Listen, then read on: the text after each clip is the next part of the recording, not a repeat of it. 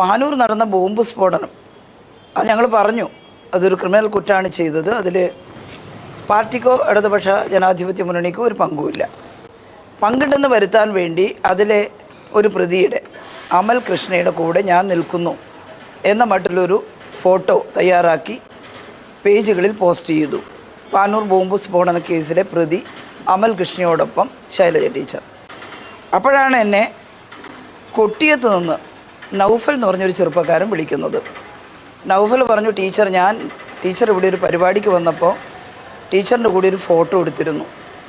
അത് വ്യാപകമായി അമൽ കൃഷ്ണയാണ് കൂടെ നിൽക്കുന്നത് എന്ന മട്ടിൽ പ്രചരിപ്പിക്കുന്നു എന്ന് പറഞ്ഞിട്ട്. അപ്പോഴാണ് എൻ്റെ ശ്രദ്ധയപ്പെടുന്നത്. ഞാൻ നോക്കുമ്പോൾ അതെ, നൗഫൽ കുട്ടിയാണ്, അത് അമൽ കൃഷ്ണയാണെന്നും പറഞ്ഞ് വ്യാപകമായി. ഇതിപ്പം എല്ലാവർക്കൊന്നും നൗഫൽ കൊട്ടിയത്തിനും അമൽ കൃഷ്ണേനൊന്നും അറിയില്ലല്ലോ. 10 പേര് വിശ്വസിച്ചാലായി എന്ന മട്ടിൽ അത് പ്രചരിപ്പിച്ചു. നൗഫൽ തന്നെ അതിനെതിരായിട്ട് പരാതി കൊടുക്കുമെന്നാണ് എന്നോട് പറഞ്ഞത്. കൊടുത്തിട്ടുണ്ടാവുമെന്ന് ഞാൻ വിശ്വസിക്കുന്നു. അപ്പോൾ അത് തികച്ചും തെറ്റായിട്ടുള്ളൊരു കാര്യമാണ്. അങ്ങനെയൊരു ഫോട്ടോ കുറച്ച് നാൾ പ്രചരിപ്പിച്ചു.